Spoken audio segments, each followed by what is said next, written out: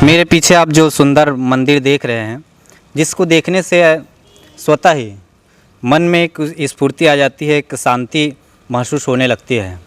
ये वो रोड है जो सीधे सीधे चंद्रपुर को जोड़ती है।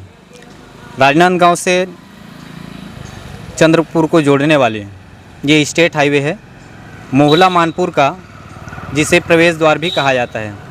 इस मंदिर को पार करने के बाद ही आप मोहला मानपुर में प्रवेश कर पाएंगे।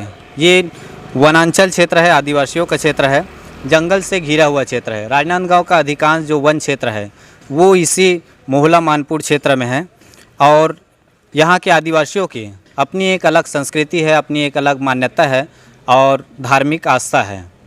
आज हम इसे छुरिया मंदिर के बारे में आप सबको दिखाने के लिए आए हैं, बताने के लिए आए हैं कि क्या कुछ यहाँ की धार्मिक और ऐतिहासिक जो मान्यता है, इतिहास है, उसके बारे में यहाँ के पुजारी से भी हम बात करेंगे कि किस तरह से लोगों का यहाँ आस्था जुड़ा हुआ है।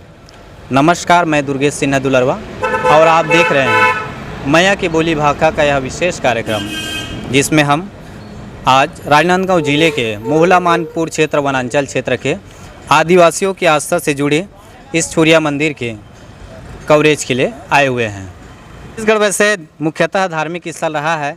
यहाँ साधु संतों का आदर करते हैं। यहाँ के लोग दान दक्षिणा करने में हमेशा आगे रहते हैं और ये वो क्षेत्र है जिसे दंडकारण्य का क्षेत्र कहा जाता है। रामायण कालीन समय में यहाँ भगवान रामचंद्र जी अपने वनवास के अधिकांश समय यहाँ काटे थे और ये वही दंडकारण्य का क्षेत्र है जहाँ भगवान राम कभी इस क्षेत्र में अपने वनवास काल के अधिकांश समय काटे थे। ये शिवनाथ नदी से लगा हुआ क्षेत्र है। शिवनाथ नदी आप जैसे पार करेंगे उसके आगे मोहला मानपुर आपको वनांचल क्षेत्र मिल पाएगा। वही शिवनाथ नदी जो आगे चलकर शिवरी नारायण के रूप में विकसित होती है, जहाँ माता सबरी का स्थान रहा है।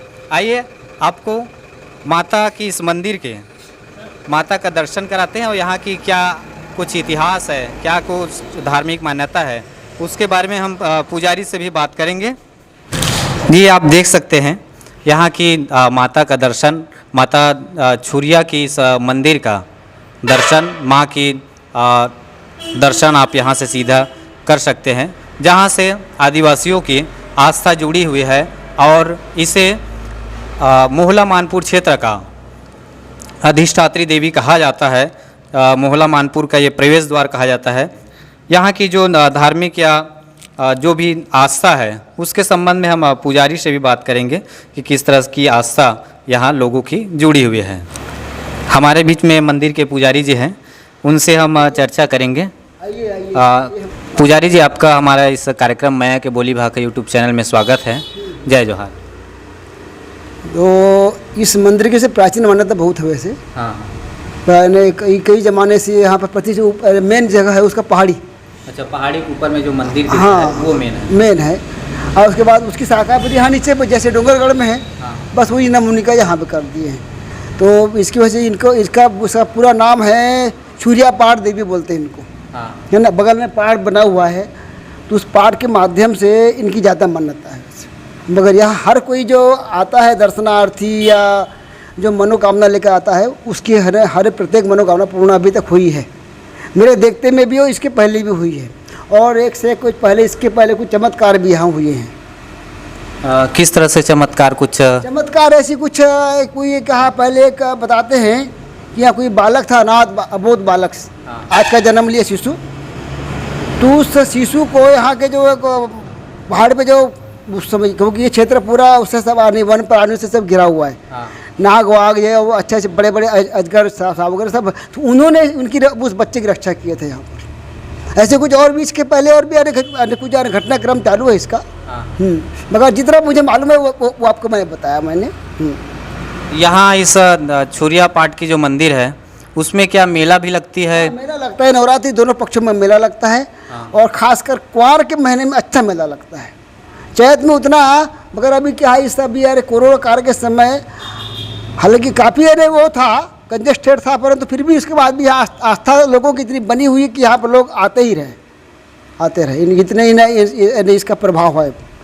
बात कुंवार नवरात्रि और चैत्र नवरात्रि की करूं तो यहाँ क्या माता की जोत भी जलाया जाता है? जो जलाया जाता है यहाँ करीब 1700-1800 जोत रहती है कुंवार पक्ष में, और उसे चैत में कम रहता है, वैसे थोड़ा बहुत कम, मगर यहाँ जोत है शुरू से अच्छी जल रही जोत। और ऊपर पहाड़ी में उसका तघी का रहता है, क्योंकि यहाँ अलग अलग व्यवस्थाएं हैं, तो ऊपर में रहता है घी का, नीचे में तेल का रहता है, व्यवस्था को सुचारू रूप से चलाने के लिए।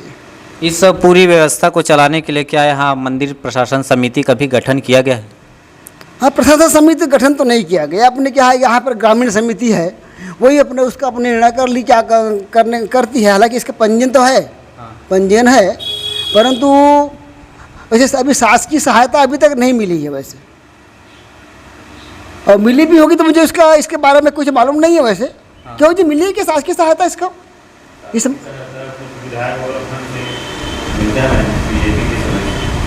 पर अभी तक नहीं मिला, से बता रहे थे। हाँ जा, ये तो पंचायत तरफ से बना है ये वाला।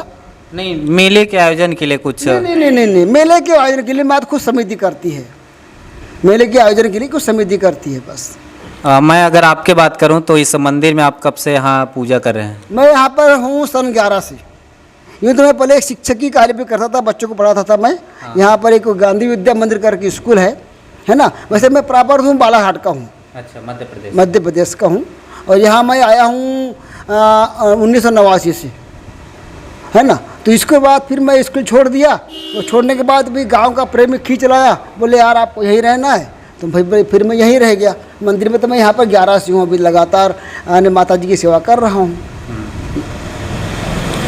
मैं उस पुजारी से बात कर रहा हूँ जो यहाँ 1989 से माता की आराधना कर रहे हैं, माता की पूजा कर रहे हैं, लोगों की आस्था से जो जुड़ी मंदिर है वहाँ पूजा कर रहे हैं। उस समय 1989 में मेरा जन्म हुआ, उस पुजारी से मैं बात कर रहा हूँ जब से वो इस क्षेत्र में आए हुए हैं। यहाँ की स्थानीय अगर धार्मिक मान्यता की बात करूँ इस मंदिर से जुड़े, तो और क्या आस्था लोगों की यहाँ से जुड़ी हुई है? अब आस्था क्या है, देखो धार्मिक भावनाएं आदमी की बहुत सारी रहती है, यानी हर की अब क्या है अपने अपनी अलग अलग लोगों की मानसिकता रहती है कि मैं माता जी से ये मांगूँ, मैं माता जी से वो मांगूँ, है ना। अच्छा, कुछ धार्मिक भावनाएं मैं भी लेके आया खुद पुजारी, तो मेरी भी कुछ मान्यताएं यानी इच्छाएँ पूरी हुई, जो अपनी जो वास्तविक जो इच्छाएँ जो थी। अब उन इच्छाओं को व्यक्त करना अच्छी बात नहीं है, वैसे भी मैं आजन में कुंवारा हूँ, है ना। अब आप सोच सकते हैं कि खैर कुंवारे की क्या इच्छा रहेगी, और है ना। मगर जो मैंने सोचा था, जो मैंने मांगा था भगवान से, वो जरूर पूरी हुई है। लोगों की आस्था वहीं से जुड़नी शुरू हो जाती है जब उसकी मनोकामना पूर्ण होनी शुरू होती है। माध्यम वही है। अच्छा, और यहाँ हरेक आने वाले की जो है मनोकामना पूर्ण हो जाती है। यहाँ आने के बाद उसकी मानसिकता बदल जाती है। वो दूसरा बोले कि मैं अमुक जब जा रहा हूँ, तो पता नहीं इसके क्या इनका आकर्षण है, चाहे कितना से कितना भी अजनबी होगा, तो जिसको यहाँ जरूर रुकना पड़ेगा। भलाई वो नमस्कार करके आगे बढ़े, भलाई मत खाए प्रसाद पुजारी की, परंतु वो यहाँ से नमस्कार करके ही जाएगा। इतना इनके प्रभाव है, आकर्षण, खतरनाक आकर्षण है इनका। ये पूरा क्षेत्र पहाड़ियों से घिरा हुआ है, वन क्षेत्र है, तो क्या यहाँ के इस तरफ पहाड़ी, बीच में घाटी जैसे है ना, तो घाटी में निर्मित है माता जी का मंदिर, है ना, ऐसा है। अच्छा, नवरात्रि के समय जो है पूरी जो समिति है, पूरी समिति से पूरे उसका देख रेख होता है अच्छा से, बताया। तो मैं वही जानना चाह रहा था कि वन क्षेत्र से घिरा हुआ है, बीच रोड के किनारे में मंदिर का जो नया मंदिर है, आप बता रहे हैं कि पुराना मंदिर पहाड़ी के ऊपर है, लोगों की आस्था और लोगों की सुविधा के लिए ये नवीन मंदिर का यहाँ स्थापना किया गया है, विकास किया गया है। वन क्षेत्र से जुड़ा हुआ है, जाहिर सी बात है यहाँ वन प्राणी भी होगा, तो कहीं कहीं मंदिर में देखा जाता है कि उस वन क्षेत्र में लगे हुए मंदिर में वन प्राणियों की भी आस्था कहीं ना कहीं, भले वो अपनी भावनाओं को व्यक्त नहीं कर सकते, बोल नहीं सकते, लेकिन मंदिर से जुड़ी होती है। तो क्या कभी वन्य जीव भी यहाँ आसपास दिखते हैं? अच्छा, आज तक जो है मेरे यहाँ पर 12 साल हो गए, अभी तक मेरे तो कोई प्राणी नहीं दिखा है। अने बाकी ऐसे लोग बताते हैं कि यहाँ पर मुझे वो शेर दिखा, वो दिखा। हाँ, मेरे को मात्र वन्य प्राणियों में केवल खरगोश भी दिखे हैं और हिरन दिखे हैं 12 सिंगा। बाकी शेर अभी तक मेरे नज़र में नहीं आया है, क्योंकि मैं रात कभी चले जाता हूँ अकेला टार मसाला पकड़ के, है नहीं, ऊपर पहाड़ी में। हाँ पहाड़ी में। डर वार तो नहीं लगता अपने को, डर वार की तो बात है छोड़ा। मैं अभी भी वहाँ पर, मैं यहाँ पर अकेले ही सोता हूँ। जहाँ पे आस्था जुड़ जाती है वहाँ पे डर खत्म हो जाता है। खत्म। और अभी मेरे को कम से कम साल भर 2 साल हो गया अभी यहाँ पे एकदम अकेले ही सोता हूँ। यहाँ समिति का कोई आदमी और सोता होता नहीं है, और यही सोता हूँ। मेरे सोने की जगह यही है मंदिर, इसी में सोता हूँ। कभी कभार कमरे, वहाँ कमरा मेरा वो है निवास स्थान, वो जो कमरा दिखा है ना खुला, हाँ। तब अगर अभी क्या है गर्मी की वजह से मैं यही सोता हूँ। कभी करीब 2 महीना हो गया, यही सोता हूँ मैं अंदर मंदिर में, और साथ में मेरे कोई रहता नहीं, बस अकेला सोता हूँ माता जी के साथ। कोविड-19 कोरोना काल के समय लोगों की आवाजाही पर पाबंदी हो गई थी। उस समय भी भक्त यहाँ आते जाते थे कि आते थे। मैं बता ना, लोगों की मानसिक आस्था इतना है कि लोग बिना आए हैं, चाहे वो किसी से कितने भी बीमारी आए, मगर लोगों की आस्था यहाँ तक वो खींच लाती है। इतना आकर्षण है इनका। यूँ तो आसपास और भी है ना देव स्थान है, परंतु इनका आकर्षण मैं कुछ अतिशय देखा। मेरे दिमाग से मैं बता रहा हूँ, अपनी बुद्धि से भाई। मगर क्या है, लोगों की मानसिकता अलग अलग होती है। जो तो देवता तो सब अपने आप में परिपूर्ण होते हैं, मगर इनकी जो मानसिकता मान्यता देखा मैंने, अच्छी मान्यता है। वैसे गांव देहात क्षेत्र होने के कारण के बाद भी यहाँ की मानसिकता अच्छी है। तो ये तो रहे मंदिर के पुजारी जी जिनसे हम अभी बात कर रहे थे। यहाँ दर्शनार्थी भी आए हुए हैं, उनसे भी जानना चाहेंगे कि इस मंदिर के बारे में क्या आस्था है, क्या कुछ जानते हैं। हमारे समक्ष एक दर्शनार्थी आए हुए हैं, उनसे जानना चाहेंगे। आपसे हम जानना चाहेंगे कि इस मंदिर के बारे में आप क्या जानते हैं, क्या आस्था आपकी यहाँ से जुड़ी हुई है। मैं जब से मोहल्ला में आया हूँ, सन 2004 से आया हूँ, और शुरू से ही भक्ति भावना में मेरी रुचि रही है। तो जैसे ही मैं यहाँ, कहना चाहिए, मेरा दुकान है सोने चांदी का, और उसी समय मैंने माता जी का प्रत्यक्ष रूप से इनका चमत्कार देखा। आज मुझे जो दुकान मिली है ना, जनपद से आवंटित है, वो माता जी की ही कृपा से है। और उसके पहले से भी मैं आना जाना करता था यहाँ मंदिर में। एक वाकई में जो पटले जी कहे ना, आकर्षण शक्ति कहा जाए, बहुत ही चमत्कारी और बहुत ही शक्तिशाली माता जी है। और मैं दुकान जाता हूँ तो पहले मेरे कदम यहाँ आते हैं, उसके बाद ही मैं दुकान जाता हूँ। और मुझे बड़ा ही कहना चाहिए संजोग है ये कि माता जी के जो भी श्रृंगार का सामान है, चांदी सोना जो भी है, वो हर 6 महीने में मुझे यहाँ का आभूषण का सफाई करने का मौका मिलता है। समिति वालों से मैंने आग्रह किया कि सोने चांदी का जो भी जेवर है उसको सफाई करके यदि पर्व में पहनाया जाए तो बहुत अच्छा होगा। और इसलिए मैं यहाँ की जो सेवा सत्कार जैसे भी अपने तरफ से करता हूँ। और बहुत ही चमत्कारी माता जी है, माता रानी छुरिया देवी, इनकी सदा जय जयकार हो। आसपास की बहुत ही जगहों में माता जी का नाम रोशन हो रहा है और अच्छा है, बहुत अच्छी बात है। धन्यवाद। आपका नाम नहीं बता पाया? कुंदन कुमार सोनी, मोहल्ला। तो ये स्थानीय दर्शनार्थी है जिनकी आस्था इस मंदिर से जुड़ी हुई है।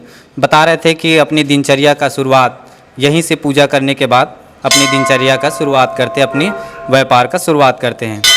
ये वही छत्तीसगढ़ है जिसे धार्मिक मान्यताओं का, आस्थाओं का राज्य कहा जाता है। ये छत्तीसगढ़ जिस क्षेत्र में भगवान रामचंद्र जी, जिसे हम छत्तीसगढ़ का भांचा राम कहते हैं, उसकी माँ इसी छत्तीसगढ़ की थी माता कौशल्या। और उसी भूमि में छुरिया पाट का यह मंदिर स्थित है। और यह मंदिर तब और ज़्यादा खूबसूरती बढ़ जाती है जब ये जंगलों के बीच में है, आदिवासियों के इस घने जंगलों के बीच में है। और छत्तीसगढ़ में अपनी एक अलग पहचान इस छुरिया पाट की मंदिर का है। अगर आपको लगता है कि इस तरह की धार्मिक स्थलों के ऊपर चर्चा होनी चाहिए, बातें होनी चाहिए, तो आप हमारे माया की बोली भाका को सब्सक्राइब कर सकते हैं, शेयर कर सकते हैं और कमेंट करके बताएं कि आपको ये धार्मिक स्थल कैसा लगा, इसके बारे में आपको जानकर कैसा लगा। क्या आप कभी यहाँ आए हैं तो ज़रूर बताएं। कैमरामैन राजकुमार साहू के साथ मैं दुर्गेश सिन्हा दुलरवा।